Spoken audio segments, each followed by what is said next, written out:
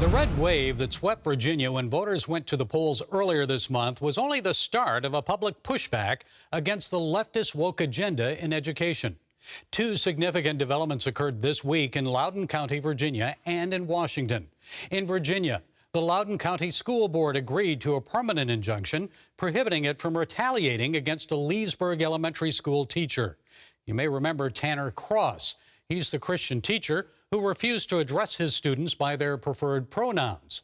Cross told the board he loves his students and will never lie to them about biological sex. He said it's against his religion to affirm that a boy can be a girl or a girl a boy, and he explained to do so would be abusing a child and committing a sin against God. Folks, this is a huge victory for teachers and parents who object to school pronoun naming policies that only perpetuate childhood confusion about gender and biological sex. And it's not only public school educators who are advancing this agenda. Remember this past summer when Disney unveiled a transgender Gonzarella, in the Muppet Babies cartoon? Everyone, there's something I need to tell you. The princess who came to your ball tonight was me. I don't want you to be upset with me, but I don't want to do things just because that's the way they've always been done either. I want to be me. The problem is young children are not emotionally mature enough to be me, to know who they are or what they are. Folks, this is indoctrination, and it's just another example of the leftist woke agenda seizing our culture. Although Virginia voters rejected these ideas on Election Day, the woke crowd doesn't get it. Let me enlighten them. You see, many Americans still believe that everything exists because of God, the Creator, and the Bible is His word for us, a roadmap, our guide for life.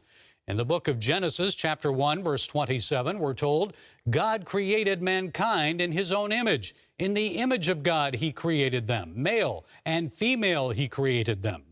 So despite how people feel about themselves, God created us humans as either male or female. No they, theirs, or them, just he, she, her, and him.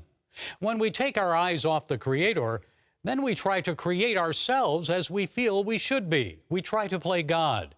But no matter how we may try, we cannot change our biological sex. Changing our words and calling someone a birth person rather than a mother doesn't change the scientific fact that only females can actually give birth. That's how God designed us.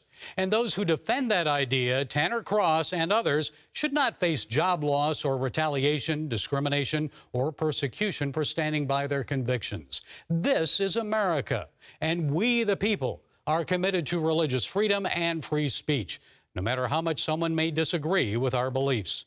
Another significant development came in Washington this week.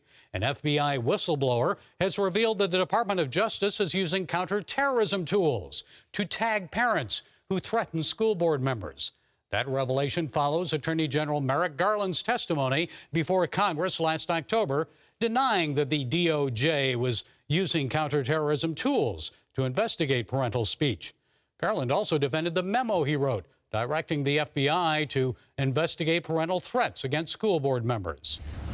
Don't believe it's reasonable to read this memorandum as chilling anyone's rights. It's about threats of violence, and it expressly recognizes the constitutional right to make arguments about your children's education. But the FBI whistleblower's disclosure suggests otherwise.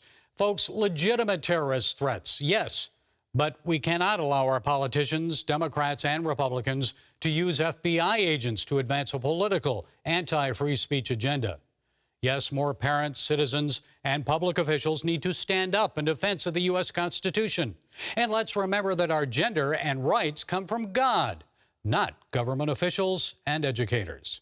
Well, that's it today from the Global Lane. Be sure to follow us on the CBN News and NRB channels, social media, and our broadcast affiliates. And until next time, be blessed.